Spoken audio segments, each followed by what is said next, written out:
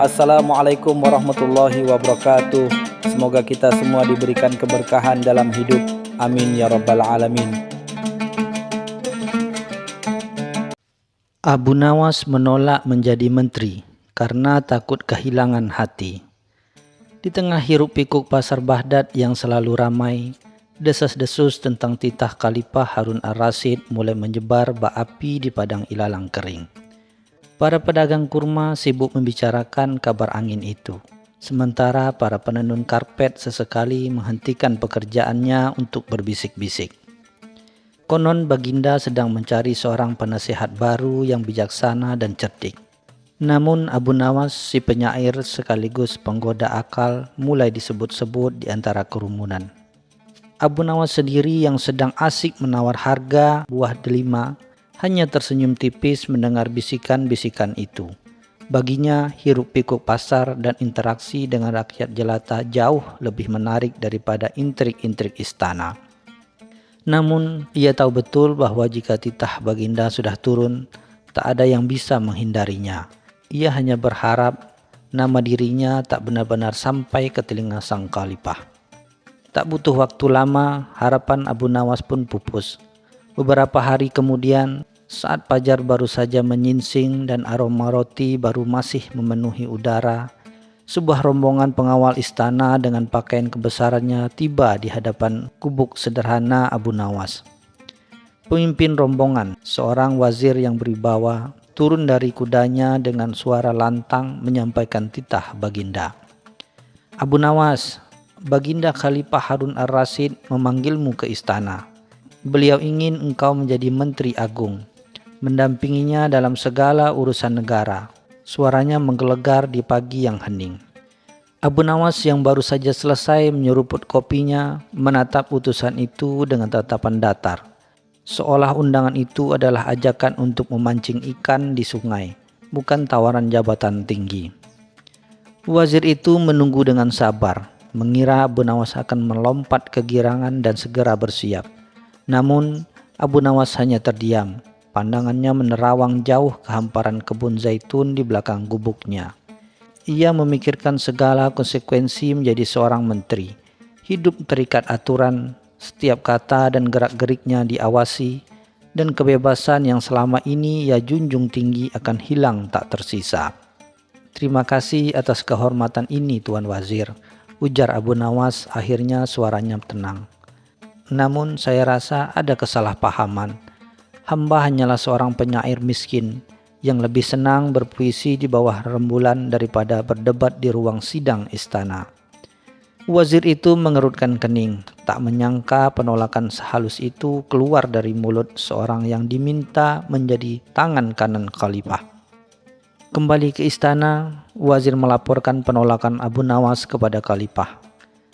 Harun ar-Rasyid yang sudah sering mendengar kekonyolan dan kecerdikan Abu Nawas hanya tersenyum tipis. Pasti ada sesuatu, gumamnya. Panggil dia kemari, aku ingin mendengar langsung alasannya. Maka Abu Nawas pun dihadapkan ke hadapan Khalifah yang agung. Abu Nawas, mengapa engkau menolak kehormatan besar ini? Bukankah ini kesempatan emas bagi seorang sepertimu? Tanya Khalifah dengan nada menyelidik. Abu Nawas membungkuk hormat, lalu dengan wajah serius menjawab, ampun Baginda, hamba tak sanggup menjadi menteri. Hamba takut kehilangan hati hamba. Para wazir dan penggawa yang hadir di ruangan itu saling berpandangan, bingung dengan jawaban yang tak masuk akal itu. Khalifah Harun ar-Rasyid meskipun terkejut mencoba menahan tawanya. Kehilangan hati? Apa maksudmu Abu Nawas? Apakah engkau khawatir akan diserang penyakit aneh di istana? Abu Nawas menggelengkan kepala. Bukan Baginda. Hati hamba ini terlalu lembut, terlalu perasa. Jika hamba menjadi menteri, hamba harus membuat keputusan-keputusan sulit. Mungkin bahkan harus menghukum orang. Bagaimana mungkin hati hamba yang lembut ini tega melihat penderitaan orang lain? Bagaimana mungkin hamba bisa tidur nyenyak jika setiap hari harus mengambil keputusan yang mungkin menyakiti rakyat Baginda? Tidak Baginda, hamba lebih suka hati hamba tetap utuh dan lapang, agar bisa merasakan suka dan duka rakyat. bukan menjadi alat kekuasaan. Abu Nawas mengakhiri penjelasannya dengan hela napas dramatis. Khalifah Harun ar-Rasyid menatap Abu Nawas lekat-lekat, mencoba membaca ekspresi di wajah cerdik itu. Ia tahu Abu Nawas sedang bermain-main, namun ada sedikit kebenaran di balik alasan konyolnya. Abu Nawas memang dikenal sebagai sosok yang peka terhadap penderitaan rakyat jelata. Dan mungkin saja ia memang tidak cocok dengan intrik politik dan kekuasaan. Namun Harun ar-Rasyid juga tidak ingin menyerah begitu saja. Ia tahu Abu Nawas memiliki kecerdasan yang luar biasa, yang sangat dibutuhkan oleh kerajaannya. Jadi engkau lebih milih hidup miskin dan bebas daripada hidup makmur namun terbelenggu? Tanya Khalifah mencoba memancing reaksi lebih lanjut. Abu Nawas mengangguk mantap. Hamba rela lapar asalkan hati hamba tenang, Baginda. Melihat keteguhan hati Abu Nawas, Khalifah Harun ar-Rasyid akhirnya menyerah. Namun bukan berarti ia melepaskan Abu Nawas begitu saja. Baiklah Abu Nawas, kata Khalifah dengan nada geli. Aku tidak akan memaksamu menjadi menteri, tetapi aku punya satu tantangan untukmu. Jika engkau bisa menyelesaikannya, maka aku akan membiarkanmu hidup sesuai keinginanmu. Tantangan itu adalah sesuatu yang tampak mustahil. Abu Nawas harus membuat Baginda tertawa terbahak-bahak hingga air mata menetes, tanpa menggunakan cerita lucu atau lelucon yang biasa. Jika engkau berhasil membuatku tertawa karena kehilangan hati seperti yang engkau maksud, maka engkau bebas, tantang Khalifah. Alisnya terangkat menantang. Abu Nawas tersenyum tipis. Ia tahu ini adalah kesempatan terakhirnya. Beberapa hari kemudian, saat Khalifah sedang sarapan di kebun istana, Abu Nawas muncul dengan membawa sebuah kantong besar. Dengan hormat ia membungkuk, lalu mengeluarkan isinya. Segenggam penuh hati ayam, hati kambing, dan bahkan hati sapi. Semuanya masih segar. Ampun Baginda, kata Abu Nawas. Hamba membawakan Baginda sebagian jenis hati. Hamba berpikir jika Baginda ingin memahami mengapa hamba takut kehilangan hati, mungkin Baginda bisa mencicipi hati-hati ini. Siapa tahu, dengan mencicipi berbagai hati ini, Baginda bisa merasakan beban yang harus hamba pikul jika menjadi menteri. Abu Nawas menyodorkan salah satu hati kambing yang masih bergetar. Melihat tumpukan hati yang menjijikkan di hadapannya dan mendengar penjelasan konyol Abu Nawas, Khalifah Harun ar-Rasyid seketika meledak dalam tawa. Bukan tawa pelan, melainkan tawa terbahak-bahak yang mengguncang tubuhnya, sehingga air mata benar-benar membasahi pipinya. Para penggawa dan wazir yang melihat pemandangan itu ikut tertawa geli, tak percaya dengan tingkah laku Abu Nawas yang selalu di luar dugaan. Cukup Abu Nawas, cukup, kata Khalifah di sela tawanya yang tak henti. Engkau benar-benar gila. Aku menyerah, kau bebas dari jabatan menteri itu. Aku tidak ingin lagi melihat hati-hati busuk ini di hadapanku. Dan begitulah, Abu Nawas berhasil lolos dari jebakan istana, menjaga hatinya tetap lapang dan kembali ke kehidupannya yang sederhana, ditemani tawa yang tak pernah sirna.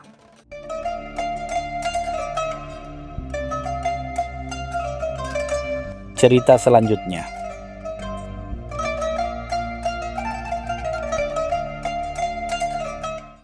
Di sebuah kedai kopi yang ramai di Baghdad, tempat aroma kopi Arabica bercampur dengan hiruk-pikuk obrolan pedagang, duduklah Abu Nawas dengan senyum simpulnya yang penuh misteri. Matanya tak lepas dari dua sosok yang kontras, namun sama-sama dikenal seantero Baghdad. Abu Jahil, saudagar kaya raya yang terkenal dengan kesombongan dan keangkuhannya, serta Abu Bakhil, saudagar lain yang hartanya berlimpah ruah, namun ia teramat sangat pelit bahkan untuk dirinya sendiri. Kedatangan mereka selalu menjadi pusat perhatian. Abu Jahil dengan jubah sutra mencolok dan permata yang berkilauan di jari jemarinya selalu berbicara keras memastikan semua orang tahu betapa makmurnya dia. Sementara itu Abu Bakhil dengan pakaian lusuh dan wajah yang selalu cemas akan pengeluaran sekecil apapun, sibuk menghitung koin-koinnya di balik meja. bahkan enggan memesan kopi meskipun ia sudah duduk berjam-jam. Melihat pemandangan ini di setiap hari, sebuah ide cerdas terlintas di benak Abu Nawas. Alangkah lucunya jika kedua orang ini bisa merasakan kehidupan yang berbeda. Meski hanya sehari, gumamnya pelan. Ia membayangkan Abu Jahil yang angkuh harus merasakan hidup sebagai orang pelit, dan Abu Bakhil yang kikir harus berlagak dermawan. Ia pasti akan menjadi tontonan yang tak terlupakan. Dengan senyum yang semakin lebar, Abu Nawas mulai menyusun rencana. Ia tahu bahwa tidak mudah membuat kedua orang keras kepala ini menuruti keinginannya. Namun dengan sedikit kecerdikan, sedikit rayuan, dan tentu saja sedikit tipuan, ia yakin bisa membuat mereka terjebak dalam permainan sendiri. Malam harinya, kedua undangan misterius sampai di tangan Abu Jahil dan Abu Bakhil. Undangan itu berisi ajakan untuk menghadiri sebuah jamuan istimewa di kediaman seorang bangsawan kaya raya yang baru kembali dari perjalanan jauh. Yang menarik, undangan itu berbunyi, akan ada hadiah kejutan bagi tamu yang paling mencolok dalam hal kemurahan hati untuk Abu Bakhil, dan akan ada hadiah kejutan bagi tamu yang paling bijaksana dalam hal pengelolaan harta untuk Abu Jahil. Abu Nawas sengaja membuat undangan itu ambigu dan menantang ego masing-masing. Abu Jahil dengan kesombongannya tentu tidak mau kalah dalam hal bijaksana, sementara Abu Bakhil dengan sifat pelitnya pasti tergoda dengan embel-embel hadiah kejutan meskipun harus belagak dermawan. Malam itu benih kekacauan telah ditanam. Malam jamuan tiba. Abu Jahil dengan bangga mengenakan jubah sutra terbarunya yang paling megah. Tiba di kediaman bangsawan yang tentu saja adalah kediaman kenalan Abu Nawas yang ia sulap untuk malam itu. Namun betapa terkejutnya ia melihat tamu lain, Abu Bakhil, dan yang lebih mengejutkan, Abu Bakhil mengenakan jubah yang lebih baru, meski masih terkesan sederhana, dan bahkan senyum tipis terukir di bibirnya. Ini sangat tidak biasa. Di sisi lain, Abu Bakhil merasa sangat tidak nyaman. Ia harus berlagak dermawan dan itu sangat menyiksa jiwanya. Namun janji hadiah kejutan terus terngiang-ngiang di telinganya. Ia mencoba sekuat tenaga untuk tidak terlalu memikirkan biaya makan malam ini. Meskipun setiap gigitan terasa seperti ribuan dinar yang melayang. Ia melihat Abu Jahil yang terlihat lebih kalem dari biasanya, seolah sedang memikirkan cara menghemat uang, bukan memamerkannya. Jamuan makan dimulai. Hidangan lezat disajikan silih berganti. Abu Nawas yang berperan sebagai pelayan memperhatikan setiap gerak-gerik mereka. Abu Bakhil yang biasanya akan menyembunyikan makanan di balik jubahnya untuk dimakan nanti, kali ini dengan enggan menawarkan hidangan kepada tamu di sebelahnya. "Silahkan tuan, jangan ragu," ucapnya dengan senyum yang dipaksakan. Ini membuat para tamu lain terheran-heran. Sementara Abu Jahil yang biasanya akan menghabiskan setiap hidangan dan bahkan meminta tambah, kali ini terlihat sangat perhitungan. Ia makan dengan perlahan, seolah setiap suapan adalah uang yang harus dihemat. Ketika seorang pelayan menawarkan anggur terbaik, Abu Jahil dengan sopan menolak. Air putih saja sudah cukup. Kita harus menjaga kesehatan dan tidak boros, bukan? Para tamu saling pandang, percaya dengan perubahan sifat Abu Jahil. Menjelang akhir jamuan, datanglah puncak rencana Abu Nawas. Seorang musafir tua yang tampak lemah dan kelaparan masuk ke dalam ruangan, meminta sedikit makanan. Abu Nawas dengan mata berbinar menunjuk ke arah Abu Bakhil. "Tuan Abu Bakhil, apakah Anda berkenan berbagi rezeki dengan musafir malang ini?" tanyanya. Abu Bakhil menelan ludah. Ini adalah ujian terakhirnya. Dengan berat hati ia memberikan sepotong roti dan beberapa koin kepada musafir itu. Meskipun hatinya menjerit setiap kali koin itu berpindah tangan. Kemudian Abu Nawas beralih ke Abu Jahil. "Dan Tuan Abu Jahil, musafir ini membutuhkan tempat bernaung untuk malam ini. Apakah Anda bersedia menawarkannya? Jika biasanya ia akan menolak mentah-mentah, kali ini ia mengingat undangan bijaksana dalam mengelola harta. Ia berpikir jika ia menolak, ia akan terlihat pelit dan tidak bijaksana. Dengan terpaksa ia mengangguk. Baiklah musafir, Anda bisa menginap di salah satu penginapan saya, tapi jangan harap fasilitas mewah, ucapnya dengan nada sedikit enggan. Abu Nawas tersenyum puas, rencananya berjalan sempurna. Keesokan paginya, setelah semalaman berpura-pura, Abu Bahil terbangun dengan perasaan lega sekaligus lemas. Peran sebagai dermawan sangat menguras tenaganya.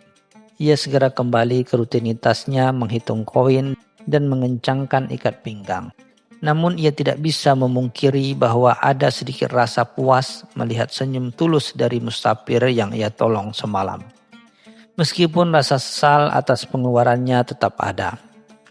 Sementara itu, Abu Jahil terbangun di rumah dengan rasa tidak nyaman yang mendalam. Ia merasa aneh harus memikirkan pengeluaran semalam. Bahkan ia sempat berpikir untuk memeriksa ulang setiap tagihan. Rasa sombongnya sedikit terkikis oleh pengalaman berpura-pura menjadi orang yang hemat. Ia sadar betapa sulitnya hidup dalam batasan, sesuatu yang tidak pernah ia rasakan sebelumnya. Siang harinya, takdir atau lebih pantas Abu Nawas mempertemukan mereka kembali di pasar. Mereka berpapasan dan saling melirik dengan canggung. Abu Bahil yang biasanya akan menghindar kontak mata, kali ini berani menyapa. Selamat siang Tuan Abu Jahil. Bagaimana tidur Anda semalam? Abu Jahil yang biasanya akan mendengus dan melangkah pergi, kali ini menjawab dengan nada yang lebih lembut. Selamat siang Tuan Abu Bahil. Lumayan, Anda sendiri? Abu Nawas muncul di balik kerumunan. Senyumnya menyiratkan rahasia yang baru terungkap. Bagaimana pengalaman kalian semalam, tuan-tuan? Tanyanya dengan nada menggoda. Wajah Abu Jahil dan Abu Bahil memerah. Mereka tahu bahwa Abu Nawas adalah dalang di balik semua ini. Abu Nawas kemudian menjelaskan seluruh rencana dan tujuannya. Tuan Abu Jahil, saya harap Anda belajar bahwa kemewahan bukanlah segalanya. Dan ada kebijaksanaan dalam mengelola harta. Dan Tuan Abu Bahil, saya harap Anda merasakan bahwa berbagi tidak selalu berarti rugi. Dan kebaikan bisa membawa kebahagiaan, ucapnya bijaksana. Abu Jahil dan Abu Bahil saling pandang. Mereka memang membenci kenyataan bahwa mereka telah diperdaya. Namun mereka tidak bisa menyangkal kebenaran kata-kata Abu Nawas. Sejak hari itu, meskipun mereka tidak berubah total, ada sedikit pergeseran dalam sikap mereka. Abu Jahil menjadi sedikit lebih rendah hati dan sesekali terlihat berbagi. Sementara Abu Bahil menjadi sedikit lebih longgar dalam dompetnya. Bahkan sesekali mentraktir dirinya sendiri di kedai kopi. Abu Nawas tentu saja kembali ke kedai kopi. Menyaksikan perubahan kecil itu dengan senyum puas, siap mencari target berikutnya untuk pertualangan usilnya.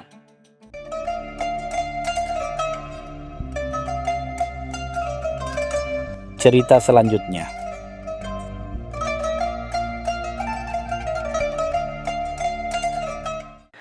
Di sebuah kedai kopi yang riuh di pusat Baghdad, Abu Nawas menyusap kopinya perlahan, mengamati keramaian dengan senyum pipis. Suasana damai itu tiba-tiba terusik oleh seruan panik seorang pedagang sutra yang tergopoh-gopoh masuk. Wajahnya pucat pasi.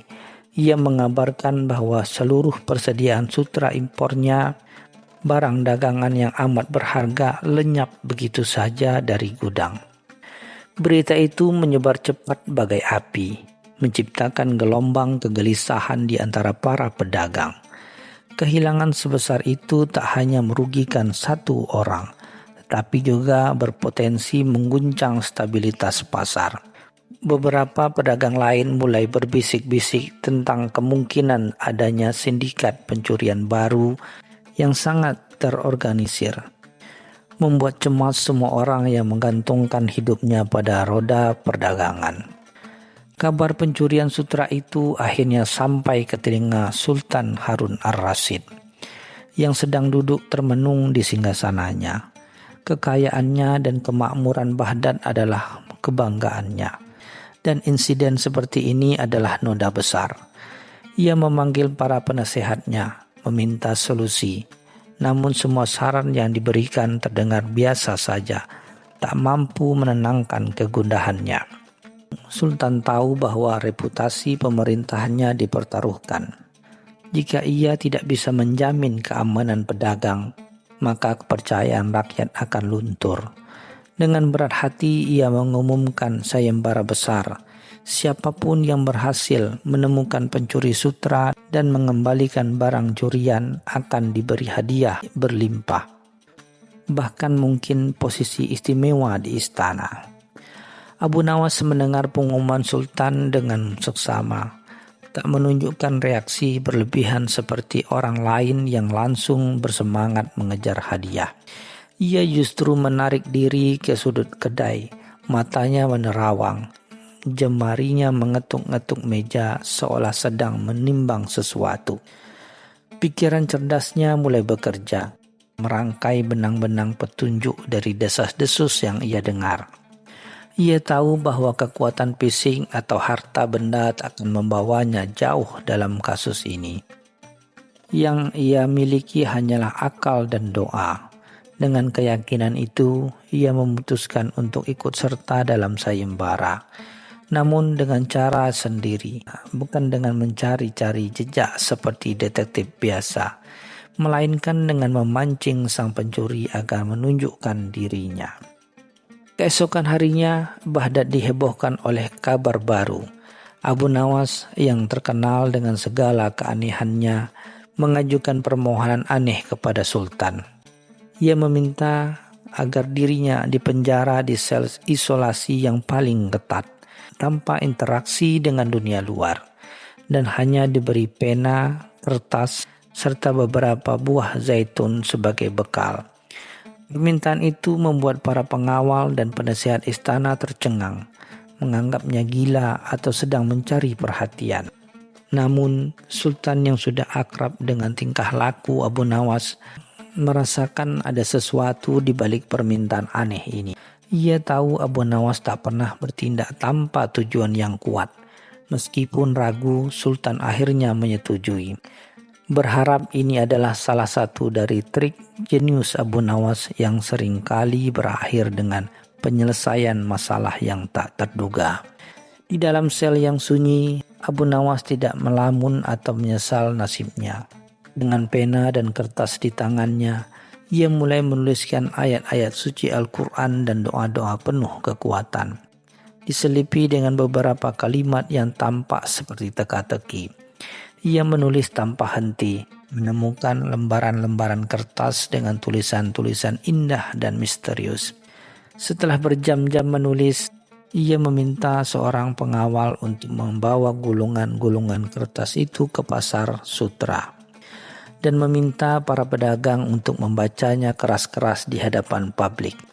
Ia menyebut tulisan-tulisan itu sebagai ayat-ayat menyingkap kebenaran, meyakinkan bahwa siapapun yang membaca atau mendengarkannya akan menemukan kejujuran di dalam hatinya. Ketika gulungan-gulungan kertas Abu Nawas dibacakan di pasar, reaksi yang muncul sungguh beragam. Para pedagang yang jujur merasakan ketenangan, sementara beberapa orang terlihat gelisah, mencuri pandang satu sama lain. Di antara kerumunan ada sekelompok orang yang wajahnya mulai memucat. Keringat dingin membasahi dahi mereka. Mereka adalah sindikat pencuri sutra. Teks-teks yang tertulis Abu Nawas bukan sekadar doa biasa. Di dalamnya ia menyisipkan gambaran detail tentang bagaimana sutra itu dicuri dan kutukan-kutukan yang diperuntukkan bagi para pencuri jika mereka tidak mengembalikan barang curian. Ini bukan kutukan sungguhan, melainkan sugesti psikologis yang kuat, dirancang untuk menakut-nakuti dan memecah belah persatuan para pencuri. Malam harinya, Tuan sindikat pencuri itu tidak bisa tidur. Kata-kata dari gulungan kertas Abu Nawas telah mengiang-iang di telinganya. Ia teringat detail-detail yang disebutkan Abu Nawas, yang hanya diketahui oleh dirinya dan komplotannya. Kecemasan memuncak saat ia membayangkan satu persatu anggotanya terjangkit penyakit aneh atau ditimpa musibah, persis seperti yang Abu Nawas tuliskan. Ketakutan akan kutukan walaupun hanya sugesti mulai mengikis keyakinannya. Ia melihat gelagat cemas pada anak buahnya yang juga terpengaruh oleh kata-kata Abu Nawas. Perpecahan mulai terasa di antara mereka. Masing-masing mulai saling curiga dan menyalahkan. Bahkan ada yang sudah berniat untuk menyerahkan diri demi menghindari malapetaka. Tak sanggup menahan beban ketakutan dan perpecahan. Pada pagi buta, ketua sindikat pencuri itu bersama beberapa anggotanya muncul di gerbang istana. Mereka membawa kembali sebagian besar sutera yang dicuri. Wajah mereka menunduk penuh penyesalan. Di hadapan Sultan Harun ar-Rasyid, mereka mengakui kejahatan mereka, menceritakan secara detail bagaimana mereka mencuri sutera dan bagaimana kutukan Abu Nawas menghantui mereka. Sultan yang terkejut sekaligus kagum segera memanggil Abu Nawas dari selnya. Dengan senyum lebar, Abu Nawas menjelaskan bahwa tidak ada kutukan sungguhan. Ia hanya menggunakan akalnya untuk menciptakan ketakutan psikologi yang begitu kuat, sampai para pencuri itu percaya bahwa nasib buruk akan menimpa mereka jika tidak bertaubat. Sutera yang dikembalikan adalah bukti nyata dari keberhasilan triknya.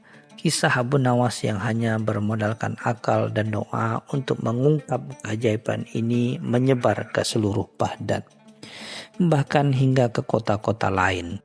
Sultan Harun ar-Rasyid sangat terkesan, memberikan hadiah yang lebih besar dari yang dijanjikan, dan menunjuk Abu Nawas sebagai penasehat utama khusus untuk urusan-urusan yang membutuhkan pemikiran yang luar biasa.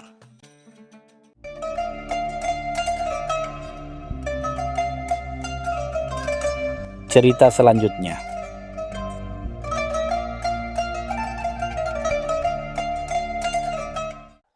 Pagi itu, matahari di Baghdad mulai menyinari atap-atap rumah dengan sinarnya yang keemasan.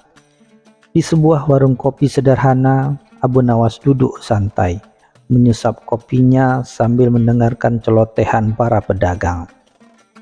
Wajahnya tampak lebih cerah dari biasanya, seolah ada ide berlian yang baru saja menetes di benaknya. Namun ketenangan itu tak berlangsung lama. Seorang prajurit istana dengan langkah tergesa-gesa menghampiri Abu Nawas. Wajahnya penuh kekhawatiran.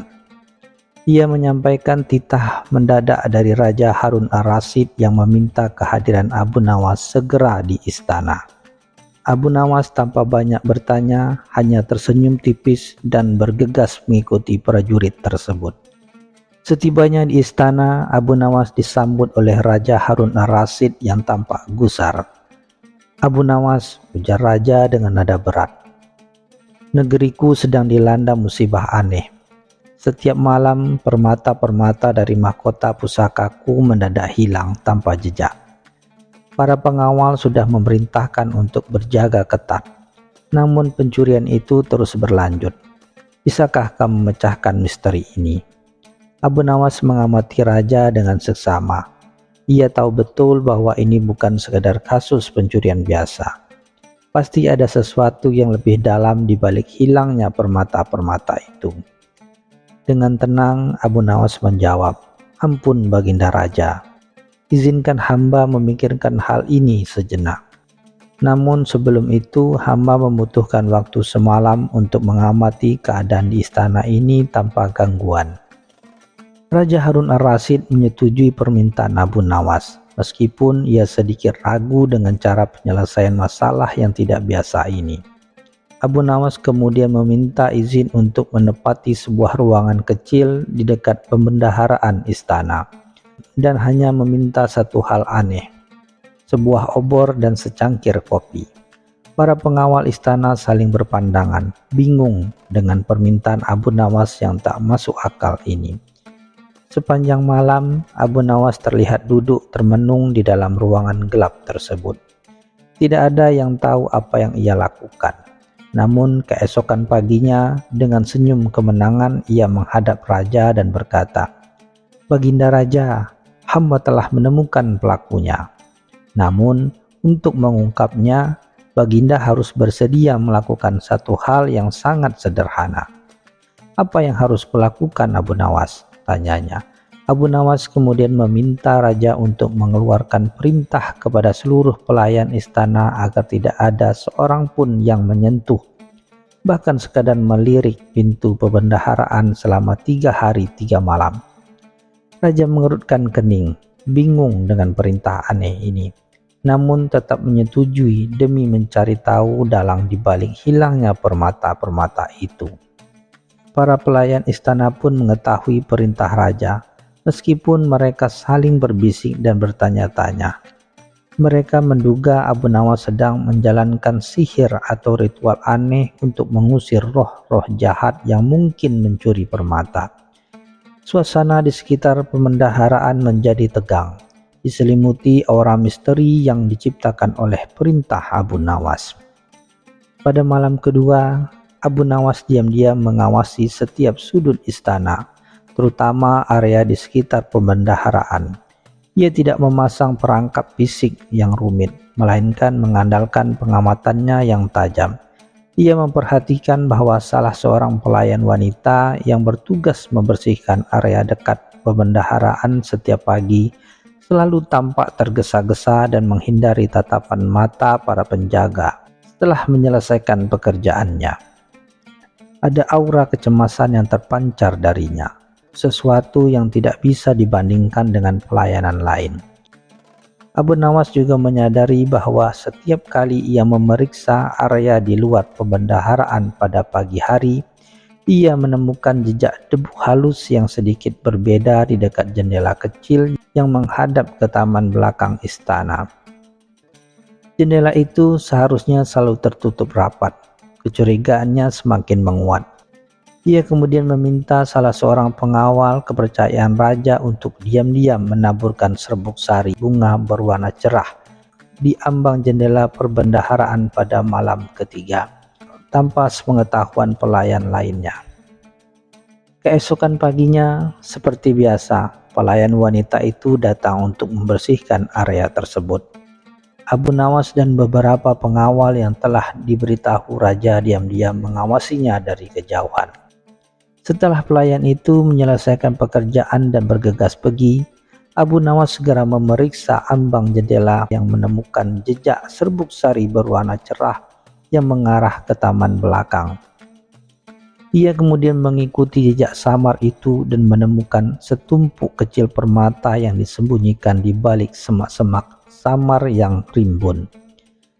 Ketika pelayan itu dipanggil menghadap raja, Abu Nawas menunjukkan jejak serbuk sari yang sama di ujung jarinya, yang pasti ia dapatkan saat membuka jendela untuk menyembunyikan permata curiannya.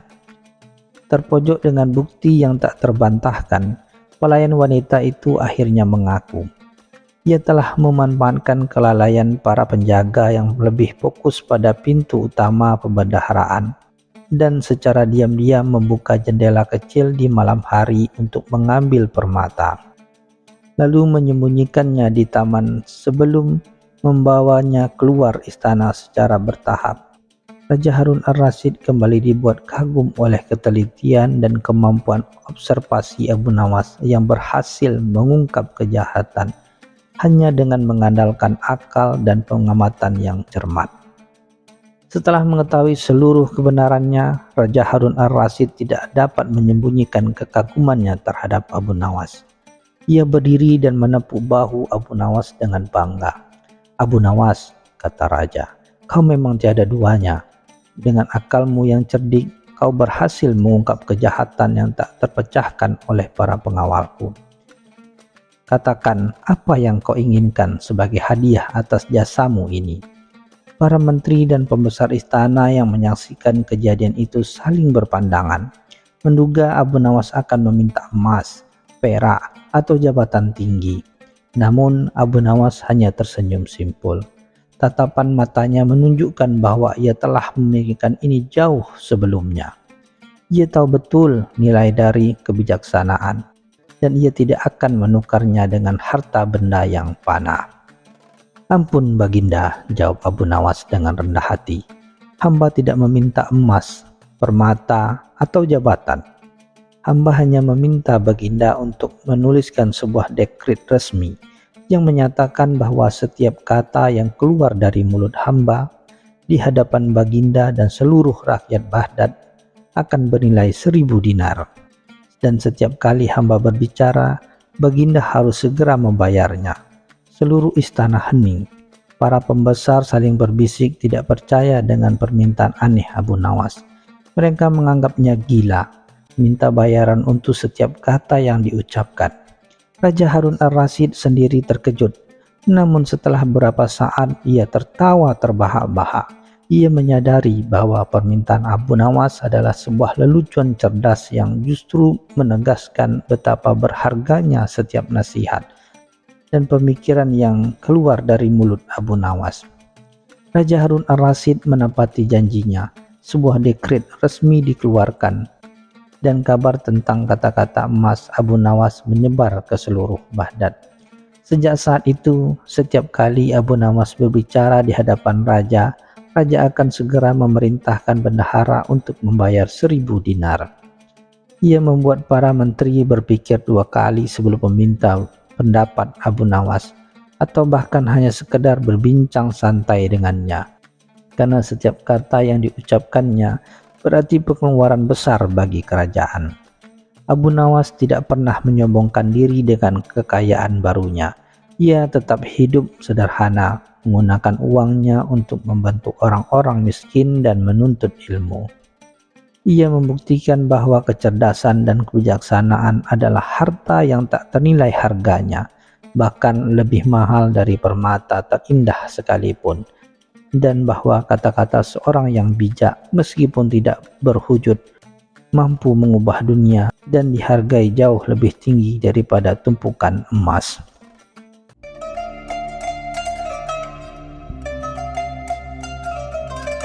Cerita selanjutnya.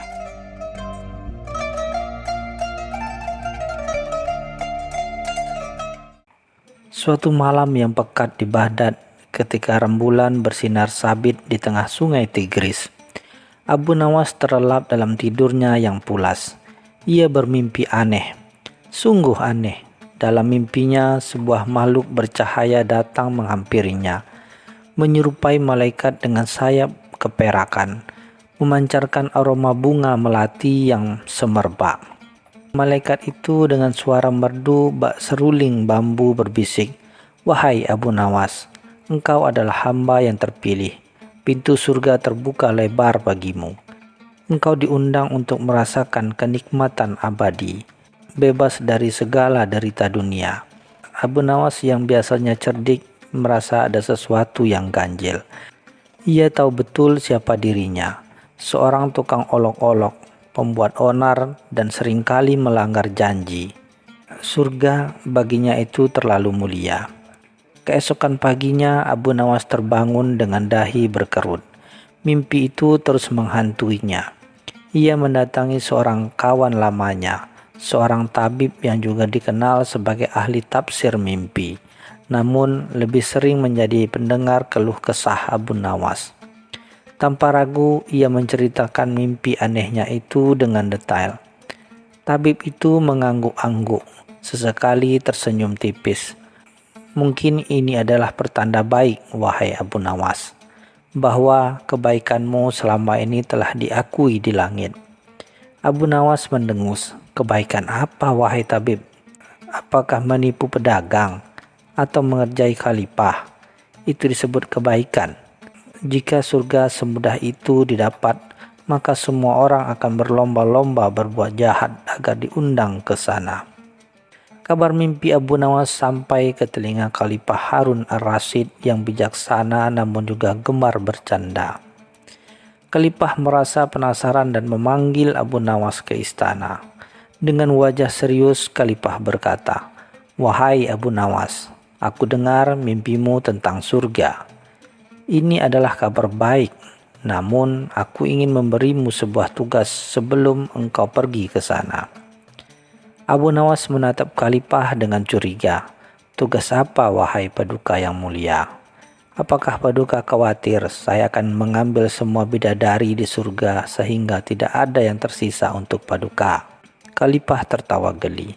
"Bukan itu, Abu Nawas.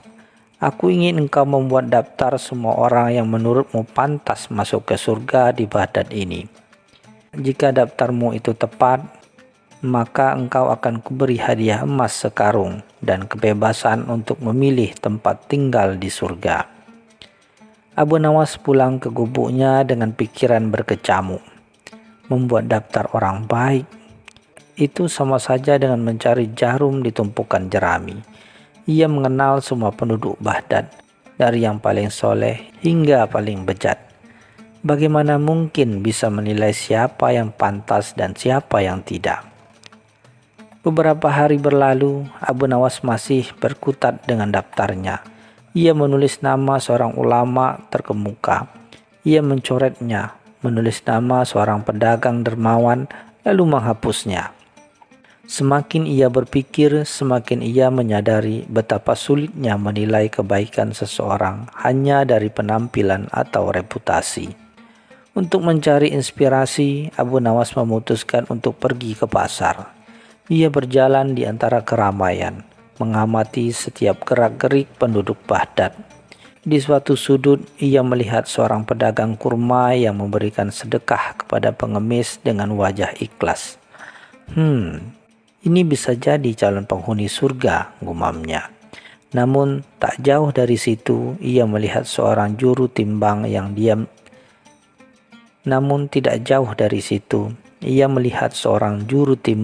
Diam-diam mengurangi berat dagangannya sambil tersenyum manis kepada pembeli. Yang ini jelas calon penghuni neraka, pikir Abu Nawas. Semakin lama ia mengamati, semakin rumit daftarnya. Terlalu banyak kepalsuan dan kemunafikan yang ia temukan.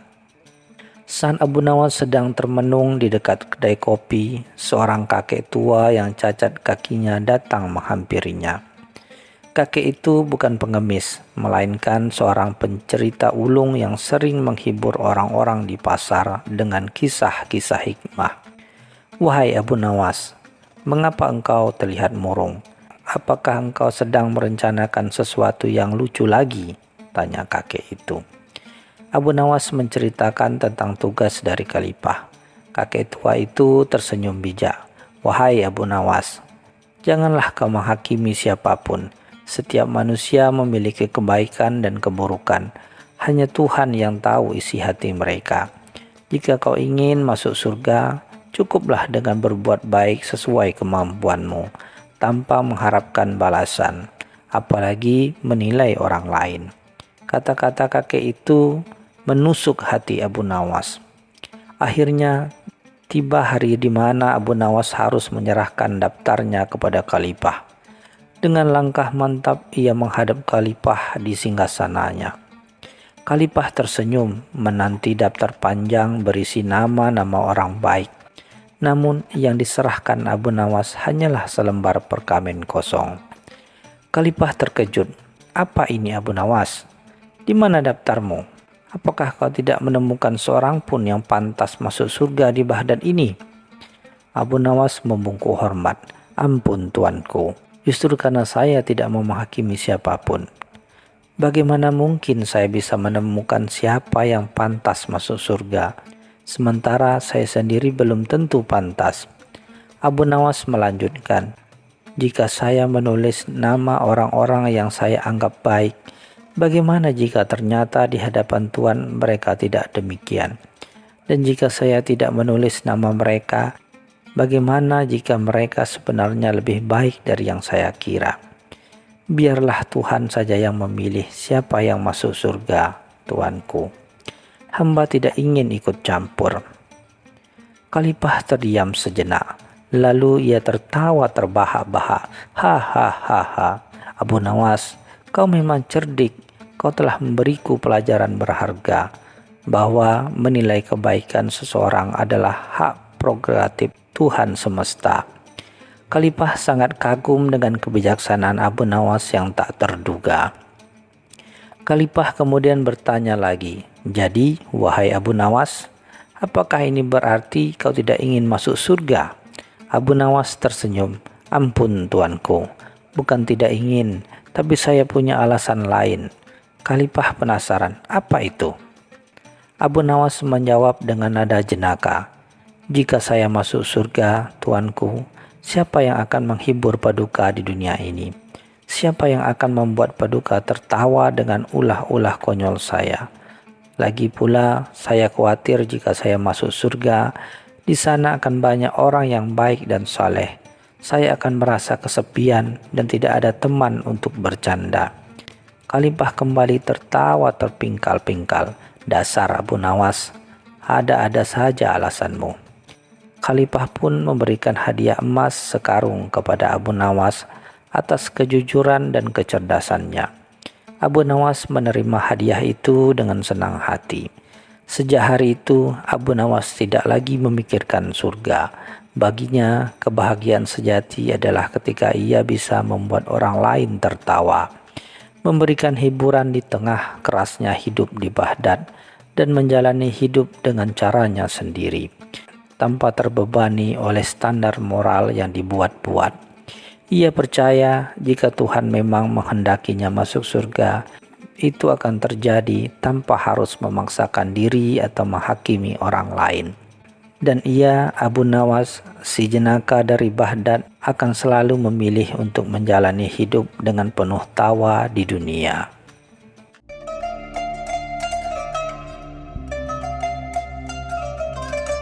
Cerita selanjutnya.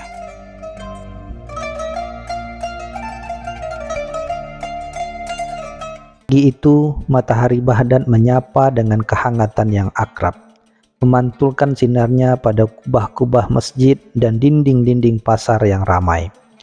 Abu Nawas dengan jubah lusuhnya yang selalu setia, tengah menyusuri gang sempit di dekat rumahnya.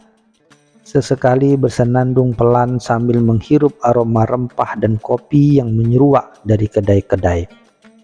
Pikirannya melayang, merencanakan lelucon apa yang akan ia lontarkan kepada para pedagang di pasar hari ini. Atau mungkin bagaimana cara mendapatkan hidangan lezat tanpa harus mengeluarkan 1 dirham pun dari sakunya yang seringkali kosong. Langkahnya terhenti di depan sebuah tumpukan sampah yang baru saja dibersihkan, menyisakan sedikit debu dan kerikil di tanah. Matanya yang tajam menangkap kilatan aneh di antara remah-remah itu. Sebuah koin, bukan koin biasa, melainkan koin emas yang tampak kuno, memancarkan cahaya yang redup namun memikat. Bentuknya tak lazim, dengan ukiran naga bersayap yang melingkari tulisan Arab yang tak dapat ia pahami dengan jelas. Rasa ingin tahu mengalahkan kehati-hatian, dan ia pun memungut koin itu. Abu Nawas membolak-balik koin itu di telapak tangannya, merasakan dinginnya logam dan beratnya yang tidak biasa. Koin ini terasa berbeda dari dirham atau dinar yang biasa beredar di Baghdad. Ada aura misterius yang menyelimuti benda kecil itu, seolah ia membawa kisah ribuan tahun yang tersembunyi. Ia teringat akan cerita-cerita lama tentang koin-koin bertuah yang membawa keberuntungan, atau justru kutukan bagi pemiliknya. Namun kemiskinan seringkali mengalahkan tahayul, dan koin emas itu bagaimanapun juga adalah koin emas. Ia mencoba menggosok-gosok koin itu dengan ujung jubahnya, berharap bisa membersihkan sedikit kotoran yang menempel. Namun kilatan aneh pada koin itu justru semakin terlihat jelas, seolah permukaannya hidup. Ukiran naga bersayap itu seolah bergerak, tatapannya tajam dan misterius. Abu Nawas merasakan sedikit gejolak dalam benaknya. Sebuah firasat aneh yang mengatakan bahwa koin ini tidak sederhana yang terlihat. Pulang ke rumahnya yang sederhana, Abu Nawas terus memandangi koin itu di bawah cahaya remang-remang. Ia membayangkan apa yang bisa ia lakukan dengan sekeping koin emas murni. Membeli makanan lezat yang sudah lama ia impikan. Mungkin jubah baru yang layak, atau bahkan menyumbang sedikit untuk masjid agar ia terlihat seperti orang yang soleh di mata tetangga. Namun, setiap kali ia memikirkan cara menggunakannya, bayangan naga bersayap itu seolah melayang-layang di benaknya. Disusul bisikan-bisikan tak jelas yang hanya ia dengar dalam pikirannya. Dilema melanda hati Abu Nawas. Apakah koin ini adalah anugerah atau justru ujian? Apakah keberuntungan ini akan membawa kebahagiaan atau justru serangkaian masalah yang tak terduga? Ia adalah Abu Nawas, sang penyair cerdik yang selalu menemukan celah dalam setiap kesulitan. Namun koin ini terasa seperti teka-teki yang jauh lebih rumit daripada semua teka-teki yang pernah ia pecahkan. Ia memutuskan untuk menyimpan koin itu untuk sementara waktu, mengamati apa yang akan terjadi selanjutnya. Esok harinya, dorongan untuk menggunakan koin itu begitu kuat. Abu Nawas memutuskan untuk pergi ke pasar, tempat di mana koin emas memiliki nilai tertinggi. Ia melangkah melewati kerumunan orang, matanya melirik ke arah pedagang buah yang menjajakan kurma-kurma manis dan delima yang ranum. Aroma buah-buahan segar mengisi udara, membuat perut Abu Nawas keroncongan. Dengan hati-hati ia mendatangi seorang pedagang buah yang gemuk dan ramah. "Wahai tuan," sapanya. Suaranya dibuat seramah mungkin. "Bisakah hamba mendapatkan beberapa kurma terbaikmu? Hamba ingin merasakan manisnya surga di dunia." Pedagang itu tersenyum, menunjukkan deretan gigi yang sedikit menghitam. Abu Nawas lantas mengeluarkan koin emasnya. Begitu koin itu terlihat, senyum pedagang buah itu langsung memudar, digantikan oleh ekspresi terkejut dan sedikit ketakutan.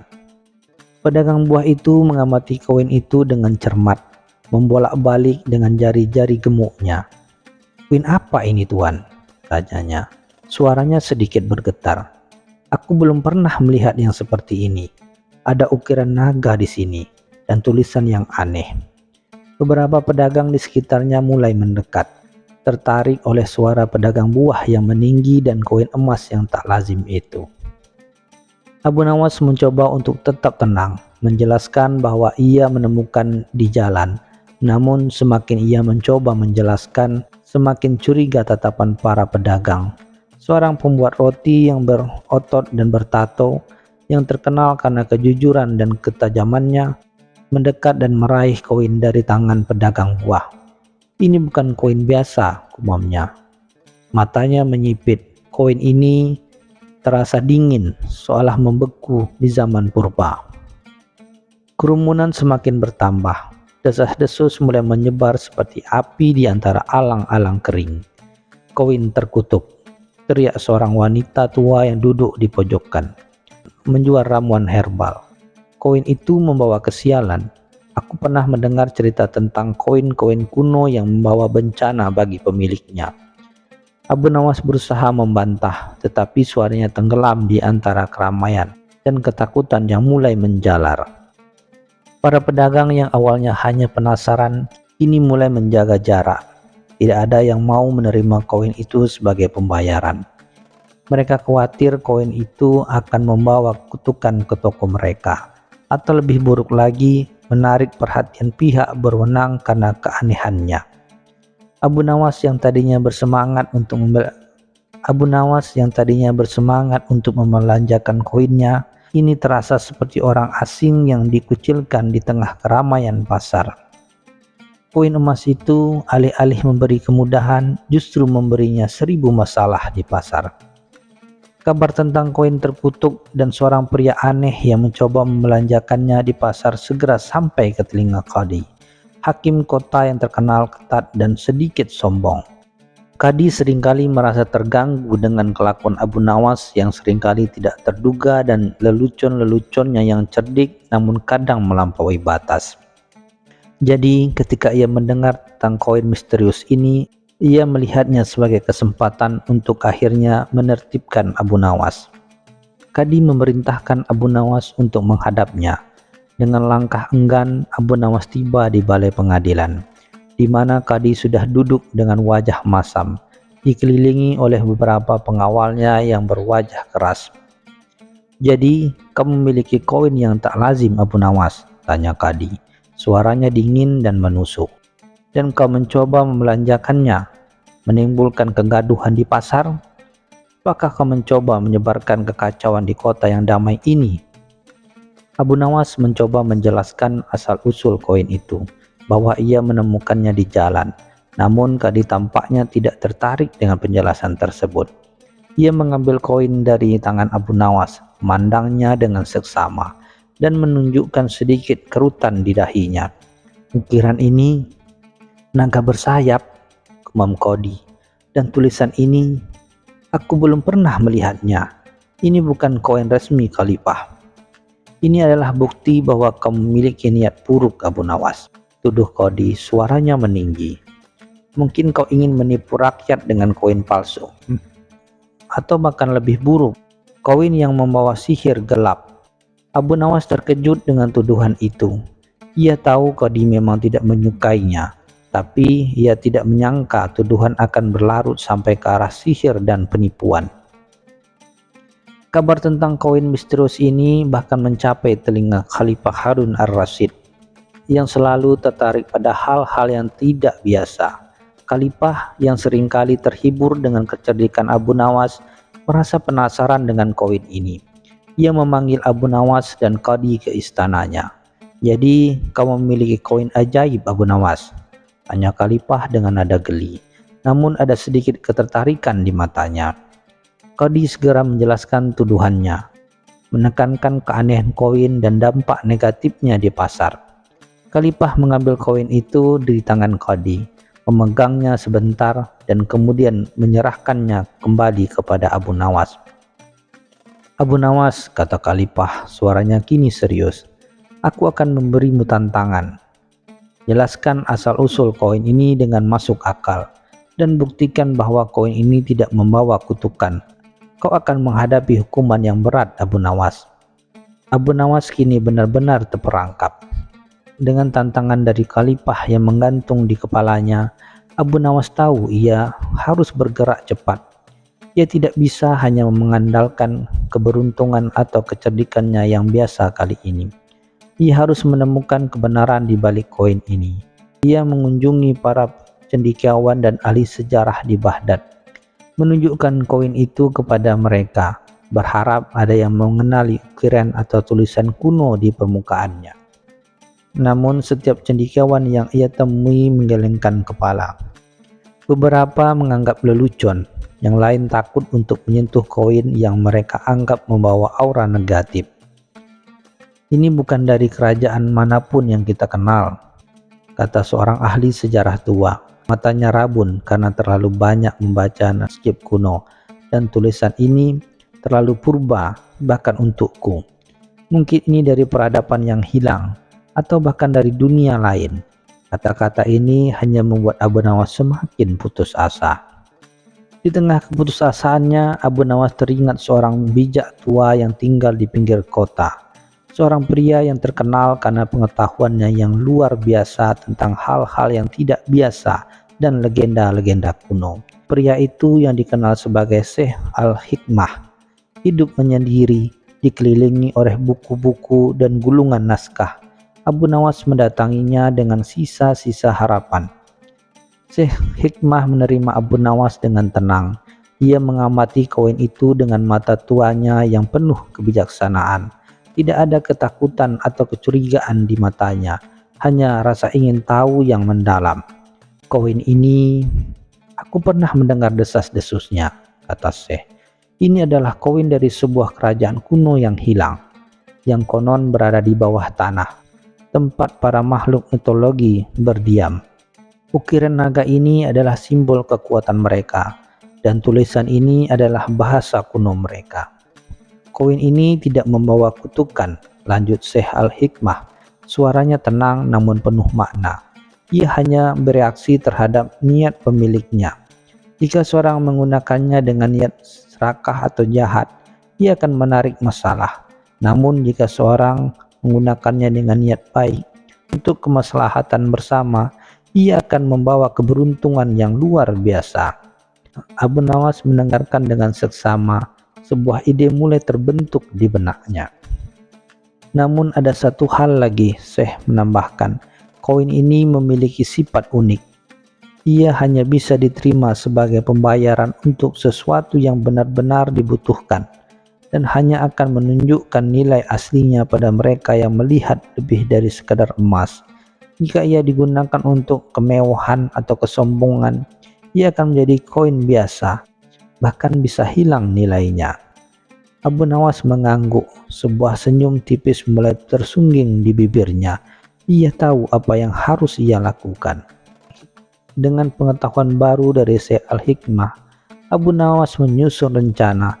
Ia tidak akan mencoba membelanjakan koin itu untuk dirinya sendiri lagi. Ia akan menggunakan koin itu untuk tujuan yang lebih besar, untuk membuktikan kebenaran dan mengajarkan pelajaran kepada Qadi yang sombong. Ia kembali ke istana, meminta audiensi dengan Khalifah Harun ar-Rasyid dan Qadi.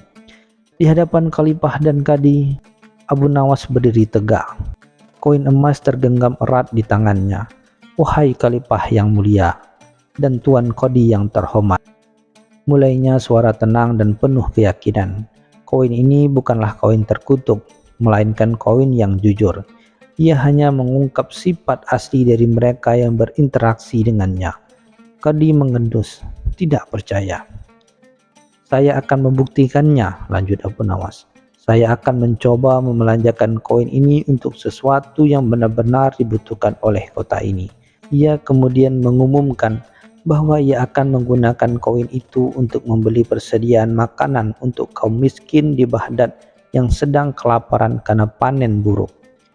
Qadi yang biasa dengan kemewahan mencibir, omong kosong, koin anehmu tidak akan diterima oleh siapapun.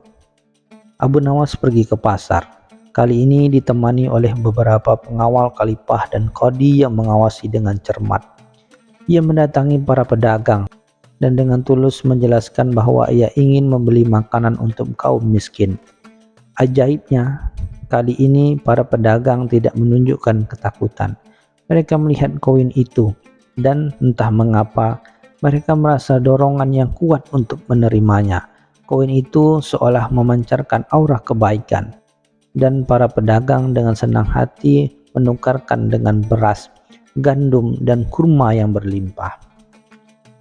Saat Abu Nawas kembali ke istana dengan tumpukan makanan yang berlimpah, Qadi terdiam. Khalifah Harun ar-Rasyid tersenyum puas. Qadi, kata Khalifah, kau melihat sendiri, koin itu tidak terkutuk, ia hanya jujur. Khalifah kemudian mengumumkan bahwa koin itu akan disimpan di istana sebagai pengingat akan pembelajaran berharga ini, bahwa niat baik selalu akan dihargai dan keserakahan hanya akan membuat masalah.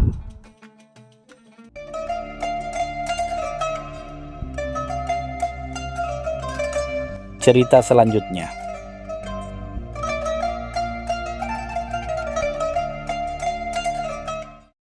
Di tengah hiruk-pikuk pasar Basrah yang semarak, di mana aroma rempah-rempah berbaur dengan bau kambing dan teriakan pedagang, hiduplah seorang saudagar kaya bernama Mansur. Mansur dikenal sebagai seorang yang murah hati. Selama itu menguntungkan dirinya. Ia memiliki tumpukan dinar yang berlimpah. Didapat dari usaha jual beli kain sutra dan permata yang gemilang. Namun kemurahan hatinya itu ibarat fata morgana di padang pasir. Terlihat nyata tapi tak ada isinya kecuali jika ada kesempatan keuntungan. Suatu pagi Mansur menyelenggarakan sebuah jamuan mewah di kediamannya, mengundang para saudagar dan bangsawan untuk mempererat tali silaturahmi, atau lebih tepatnya untuk menjalin koneksi bisnis baru. Di antara keramaian itu tampaklah Abu Nawas dengan jubah lusuh namun tatapan mata yang cerdas dan jenaka. Abu Nawas yang dikenal karena kecerdikannya daripada kekayaannya hadir bukan karena diundang secara resmi, melainkan karena ia selalu punya cara untuk menyelinap kemanapun ada makanan gratis dan cerita menarik. Saat jamuan berlangsung, Mansur dengan bangga memamerkan koleksi permata barunya. Sebongkah zamrud hijau sebesar telur burung puyuh. Ia sesumbar, barang siapa yang bisa menebak dari mana asal permata ini, akan kuberi sekantung dinar. Para hadirin saling berbisik, mencoba menebak berbagai negeri jauh yang terkenal dengan tambang permata. Mereka berlomba-lomba menunjukkan pengetahuan geografi mereka, berharap keberuntungan berpihak pada mereka. Abu Nawas hanya tersenyum tipis, mengamati hiruk-pikuk itu dari sudut ruangan. Ia tahu betul, taruhan Mansur bukan sekadar tebak-tebakan, melainkan sebuah ujian keserakahan. Begitu ada yang berhasil menebak, atau lebih tepatnya mendekati jawaban yang diharapkan Mansur, pasti akan ada syarat-syarat tersembunyi di baliknya. Dan benar saja, setelah puluhan tebakan salah, Mansur tertawa terbahak-bahak. Tidak ada yang tahu permata ini adalah hadiah dari seorang raja yang kuajak berinvestasi.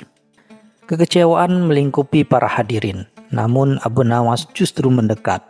Dengan suara tenang ia berkata, "Permata ini sungguh indah, Tuan Mansur.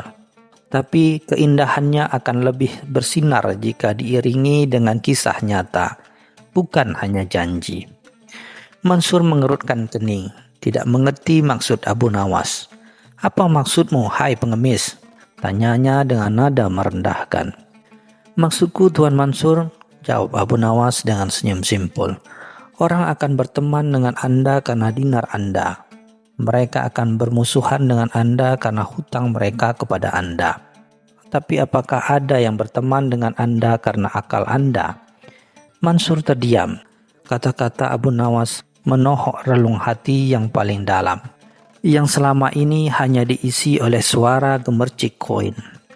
Ia menyadari semua teman yang hadir di jamuan ini memang datang karena kekayaannya, bukan karena ia sebagai pribadi. Beberapa hari setelah jamuan itu, Mansur masih dihantui oleh perkataan Abu Nawas. Ia mulai memperhatikan tingkah laku teman-temannya. Mereka memang selalu hadir di setiap undangan, memuji-muji kekayaannya, tapi jarang sekali memberikan saran yang jujur atau sekedar mendengarkan keluh kesahnya. Keraguan mulai tumbuh di hatinya, perlahan menggerogoti keyakinan pada arti sebuah persahabatan sejati. Mansur akhirnya memutuskan untuk mencari Abu Nawas. Ia menemukan sang penyair sedang menikmati secangkir kopi pahit di sebuah kedai kecil yang ramai. "Abu Nawas," sapa Mansur dengan nada lebih ramah dari biasanya. "Perkataanmu tentang akal itu terus-terusan mengganggu pikiranku. Jelaskan maksudmu lebih jauh." Abu Nawas tersenyum, mengisyaratkan Mansur untuk duduk di sampingnya. "Tuan Mansur," kata Abu Nawas, "ada sebuah permainan catur yang sering kumainkan. Setiap bidiknya mempunyai peran. Ada raja, ratu, kuda, menteri, benteng, dan pion. Semuanya penting. Tapi yang paling diandalkan adalah akal yang menggerakkan mereka." Mansur mengangguk, masih belum sepenuhnya mengerti arah pembicaraan Abu Nawas. "Tapi apa hubungannya dengan pertemanan?" tanyanya penasaran. "Sama seperti bidik catur, setiap orang mempunyai peran dalam hidupmu, Tuan Mansur. Ada yang datang hanya untuk mengambil, ada yang hanya untuk menyanjung, dan ada pula yang dengan tulus memberikan akalnya. Mereka yang berakal akan memintamu berpikir, bukan sekadar menerima apa yang mereka katakan.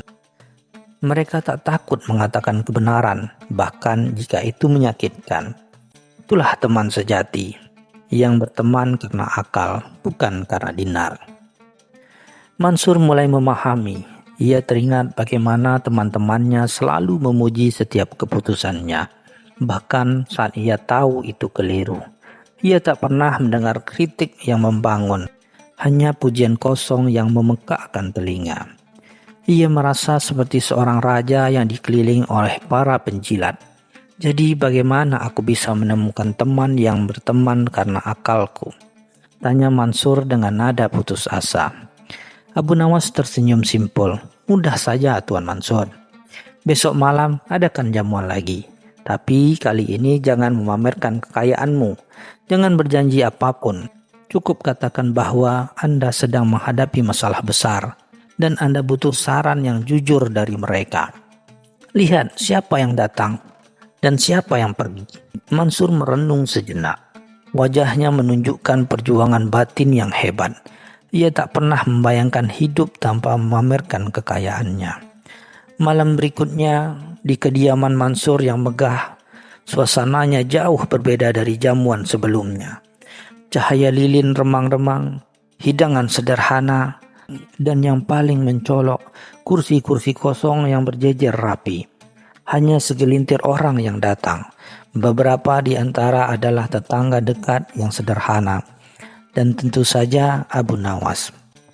Mansur duduk di singgasananya, namun kali ini tanpa kesombongan, melainkan dengan wajah sendu. Saudara-saudaraku, Mansur memulai dengan suara berat. Malam ini aku mengundang kalian bukan untuk bersenang-senang, melainkan untuk berbagi masalah.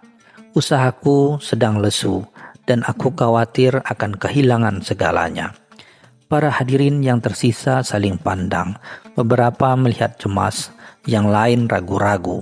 Mereka biasanya berkoar-koar dengan saran bisnis yang muluk-muluk. Kini terdiam 1000 bahasa.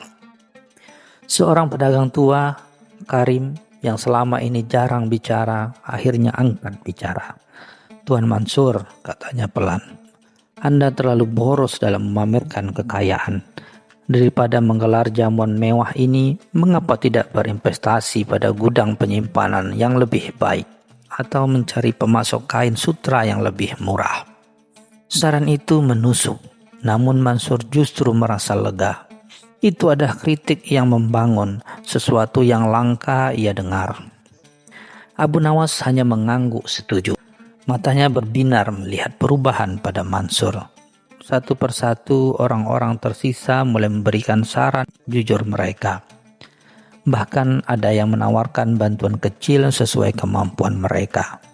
Tidak ada lagi pujian berlebihan, tidak ada lagi janji kosong. Yang ada hanyalah kejujuran dan kepedulian yang tulus. Mansur tersenyum, senyum tulus yang belum pernah ia rasakan sebelumnya. Sejak malam itu, kehidupan Mansur berubah drastis. Ia tidak lagi mengejar pertemanan yang didasari oleh uang. Ia belajar mendengarkan kritik, menerima saran, dan membedakan antara pujian palsu dan kejujuran yang pahit. Bisnisnya memang tidak langsung meroket, tapi ia merasa lebih kaya dari sebelumnya. Ia menemukan ketenangan batin yang jauh lebih berharga daripada tumpukan dinar. Abu Nawas dan Mansur menjadi teman dekat. Bukan karena Mansur punya dinar, melainkan karena Mansur akhirnya mau menggunakan akalnya. Mansur sering mengunjungi Abu Nawas di kedai kopi, bukan untuk meminta saran bisnis, melainkan untuk berdiskusi tentang kehidupan, filsafat, dan bahkan sekedar tertawa bersama. Mereka membuktikan di tengah badat yang gemerlap dengan uang dan kekuasaan, persahabatan sejati tetaplah tumbuh subur di atas landasan akal dan kejujuran.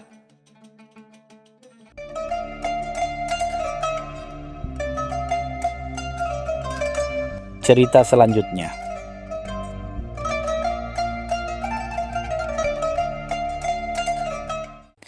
Malam itu, bulan sabit menggantung rendah di atas Baghdad, memancarkan cahaya perak yang termaram di antara menara-menara masjid dan kubah-kubah istana. Di dalam kamar tidurnya yang megah, Sultan Harun ar-Rasyid berguling gelisah. Keringat dingin membasahi dahinya, dan napasnya terengah-engah, seolah baru saja berlari maraton dalam mimpinya. Pagi menjelang, dan sang sultan terbangun dengan perasaan yang tidak karuan. Mimpi semalam begitu nyata, begitu membingungkan, sehingga membuat pikirannya kacau balau. Ia teringat serpihan-serpihan aneh, sebuah gunung roti yang runtuh, sungai madu yang mendidih, dan sepasang sendal emas yang berbicara. Para kasim dan pelayan bergegas mendekat, khawatir melihat wajah pucat dan mata merah sang sultan. Mereka bertanya dengan nada cemas, "Ampun tuanku, apa ada yang tidak beres?" Sultan hanya menghela napas panjang, tatapannya kosong, seolah masih terperangkap dalam dunia mimpinya. Ia mencoba menceritakan mimpinya kepada para penasehatnya, tetapi kata-katanya terdengar aneh dan tidak masuk akal. Para penasehat yang terbiasa dengan masalah kenegaraan yang logis hanya bisa mengerutkan dahi, saling berpandangan dengan kebingungan yang jelas terpancar di wajah mereka. Tidak ada satupun di antara mereka yang berani menawarkan tafsir. Mereka tahu betul kemarahan sultan jika tafsir mereka keliru atau dianggap meremehkan. Suasana di ruang pertemuan istana menjadi tegang, diselimuti keheningan yang menyesakkan. Hanya sesekali dipecahkan oleh batuk kecil dari salah seorang wazir. Di tengah kebuntuan itu, salah satu wazir senior dengan suara ragu-ragu akhirnya memberanikan diri. "Ampun tuanku," katanya. "Mungkin ada seseorang yang bisa membantu. Seorang yang terkenal dengan kecerdasan dan pemikirannya yang unik. Abu Nawas." Nama itu melayang di udara, membawa serta reputasi Abu Nawas yang tak terduga. Seorang pujangga, pelawak, dan terkadang pemecah masalah yang tak terduga.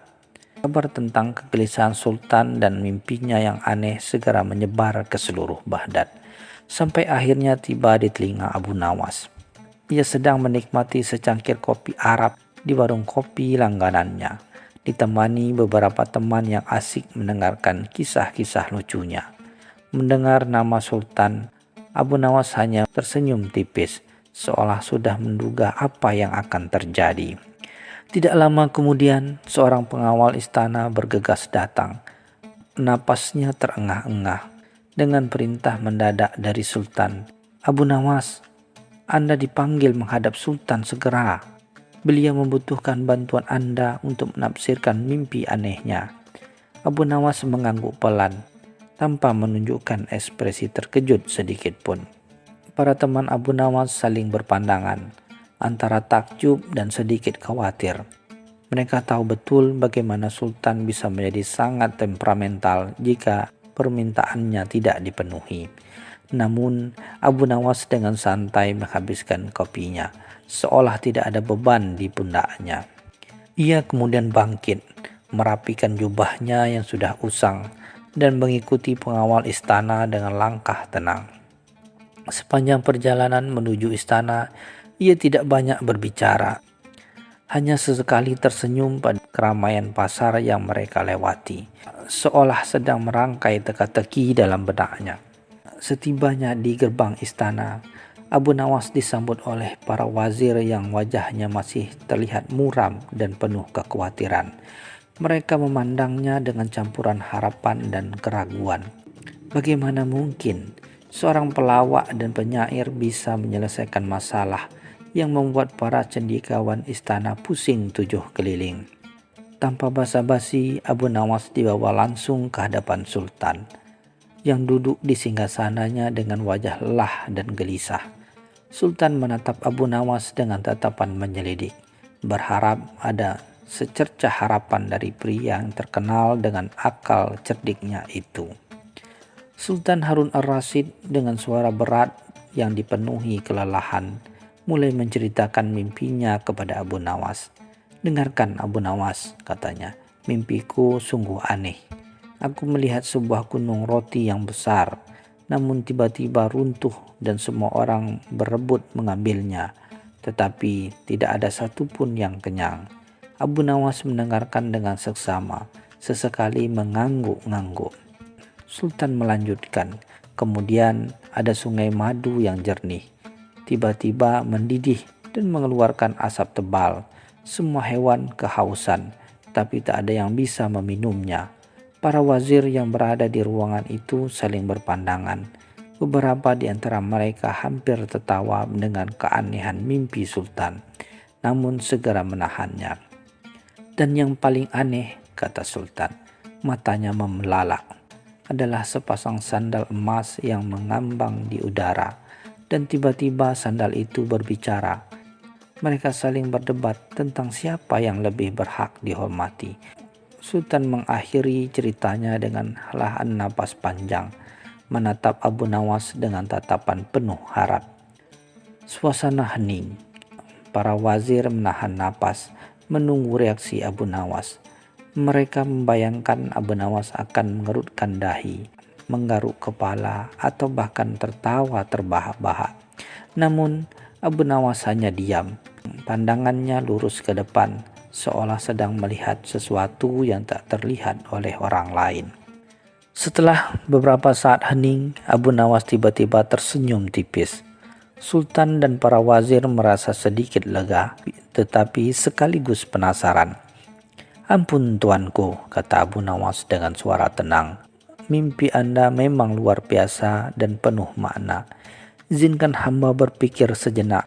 Ia kemudian meminta waktu untuk menyendiri, berjanji akan kembali dengan tafsiran yang tepat. Sultan setuju memberikan waktu hingga esok pagi.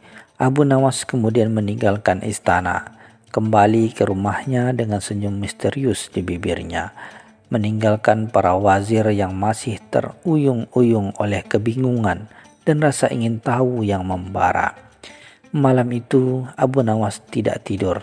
Ia duduk di kamarnya yang sederhana, ditemani sebuah lampu minyak yang berkedip-kedip.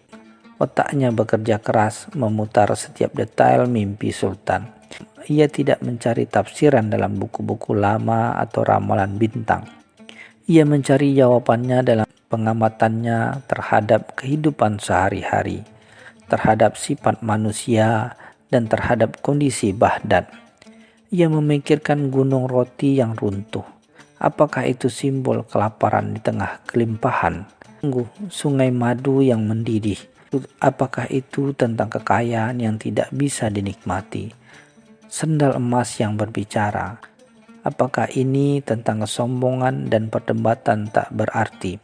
Satu persatu, ia mulai menyatukan kepingan-kepingan teka-teki itu. Menjelang subuh, sebuah ide cemerlang melintas di benak Abu Nawas. Ia tersenyum puas, seolah baru saja menemukan harta karun. Ia telah menemukan benang merah yang menghubungkan semua elemen aneh dalam mimpi Sultan. Ini bukan tentang sihir atau tahayul, melainkan tentang realitas yang seringkali tersembunyi di balik kemegahan istana. Dengan keyakinan penuh, Abu Nawas menyiapkan diri untuk menghadap Sultan. Ia tahu bahwa tafsirnya akan mengejutkan, mungkin bahkan sedikit membuat geram. Tetapi ia yakin itu adalah satu-satunya kebenaran yang bisa menjelaskan kegelisahan sang sultan. Keesokan paginya Abu Nawas kembali ke istana. Ruangan pertemuan sudah penuh dengan para wazir dan pejabat tinggi yang tak sabar menanti. Sultan duduk tegak di singgasananya, tatapannya penuh harap dan sedikit cemas. "Nah, Abu Nawas," kata Sultan, "apakah Anda sudah menemukan jawabannya?" Abu Nawas maju ke depan, membungkuk hormat, dan dengan senyum tipis ia mulai menjelaskan. "Ampun tuanku, tafsir mimpi adalah cerminan dari keadaan rakyat dan istana saat ini, yang mungkin belum sepenuhnya tuanku sadari." Para wazir saling berbisik, penasaran dengan apa yang akan dikatakan Abu Nawas. "Gunung roti yang runtuh, tuanku," Abu Nawas memulai. Suaranya jelas dan tegas, melambangkan kelimpahan di Baghdad. Namun distribusi yang tidak merata. Ada banyak makanan, banyak kekayaan, tetapi tidak semua rakyat dapat menikmatinya. Sehingga mereka tetap merasa lapar dan tidak puas. Sultan mengerutkan kening, mencoba mencerna kata-kata Abu Nawas. Para wazir tampak gelisah. "Sungai madu yang mendidih, tuanku," lanjut Abu Nawas, "melambangkan keberkahan dan sumber daya negeri ini yang sangat melimpah. Tetapi penggunaannya tidak bijaksana. Kekayaan itu tidak dimanfaatkan untuk kesejahteraan bersama, melainkan hanya untuk kepentingan sekelompok kecil, sehingga mendidih dan tidak dapat dinikmati oleh siapapun. Kemudian Abu Nawas beralih ke bagian paling aneh dari mimpi Sultan, dan sepasang sandal emas yang berbicara dan berdebat. "Tuanku," katanya, nada suaranya sedikit geli, "itu adalah cerminan dari para pejabat dan penasihat tuanku di istana ini. Mereka sibuk dengan merebutkan kekuasaan, mencari makan, dan memperdebatkan hal-hal sepele, padahal rakyat membutuhkan perhatian dan tindakan nyata." Sultan Harun ar-Rasyid terdiam. Wajahnya yang semula gelisah kini menunjukkan campuran antara terkejut dan tercerahkan. Para wazir menundukkan kepala. Beberapa di antara mereka terlihat sangat tidak nyaman. Mereka merasa tersindir langsung oleh tafsir Abu Nawas yang tajam. Setelah beberapa saat hening, Sultan perlahan mengangguk. "Abu Nawas," katanya, suaranya lebih lembut, "Anda telah membuka mata saya. Saya tidak menyangka mimpi yang begitu aneh bisa memiliki makna yang sedalam ini." Sultan tersenyum. "Anda memang cerdik. Anda tidak hanya menafsirkan mimpi, tetapi juga menunjukkan kelemahan dalam pemerintahan saya." Sultan kemudian memerintahkan para wazir untuk segera memperbaiki sistem distribusi kekayaan dan menghentikan segala bentuk perselisihan di antara mereka. Ia memberikan hadiah besar kepada Abu Nawas, tetapi yang lebih berharga adalah pengakuan dan rasa hormat yang baru. Sejak hari itu, Sultan lebih sering meminta pandangan Abu Nawas, tidak hanya dalam masalah-masalah kecil, tetapi juga dalam urusan kenegaraan, karena ia tahu bahwa Abu Nawas selalu memiliki cara untuk melihat kebenaran.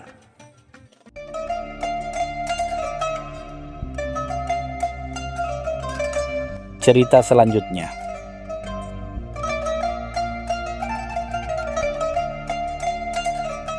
Pagi itu, matahari Baghdad baru saja menghangatkan atap-atap rumah ketika hiruk-pikuk kedai kopi Abu Qasim pecah oleh teriakan panik. "Asap! Asap mengepul dari sumur." Seorang pedagang kurma menunjuk ke arah sumur tua yang terletak di tengah pasar, tempat biasanya warga mengambil air untuk kebutuhan sehari-hari. Aroma aneh seperti gosong bercampur rempah mulai menyebar, membuat para pelanggan mengipasi hidung mereka dengan sapu tangan.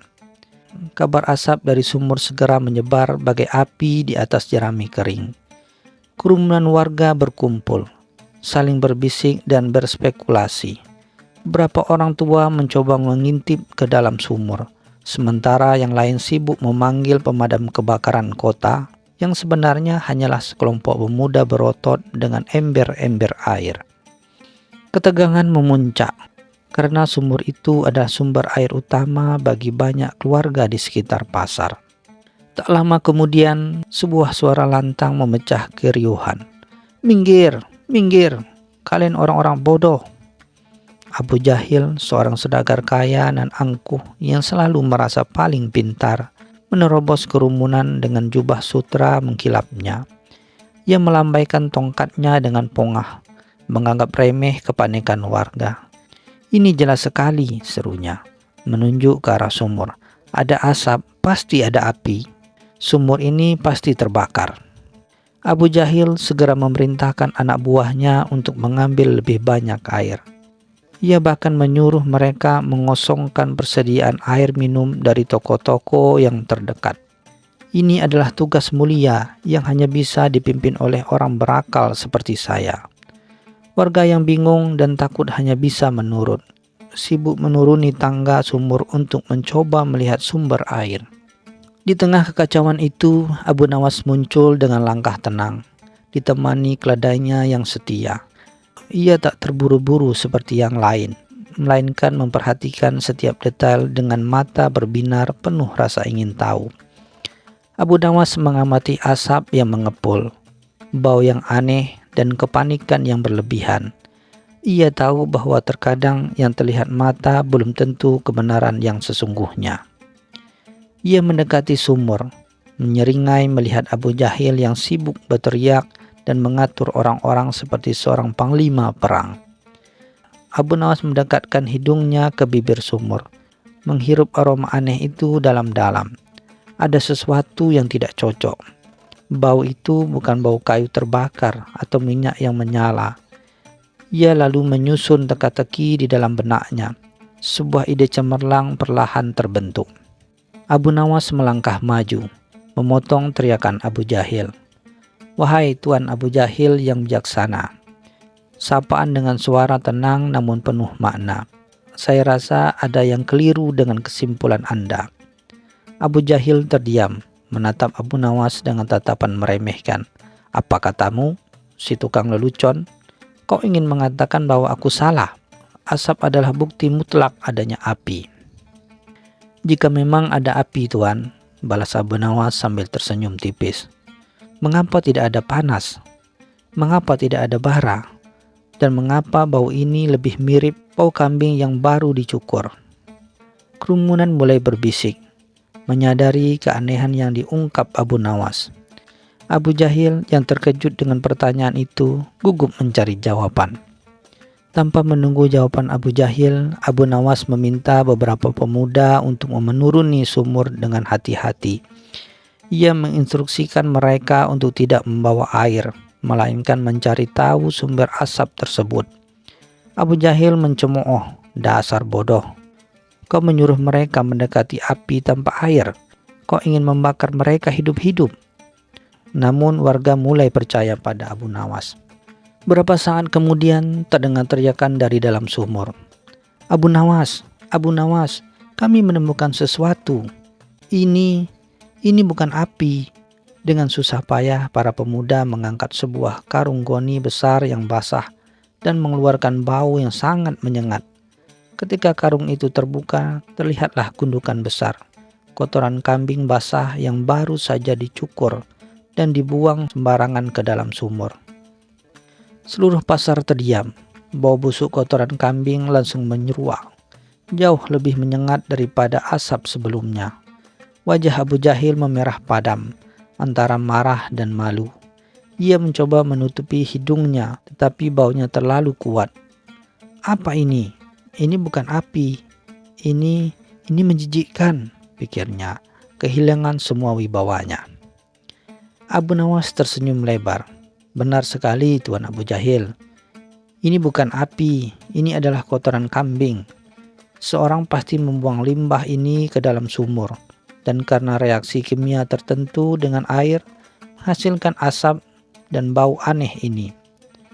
Terkadang, Tuan, ada asap tanpa api, dan terkadang yang terlihat jelas belum tentu kebenaran yang sesungguhnya."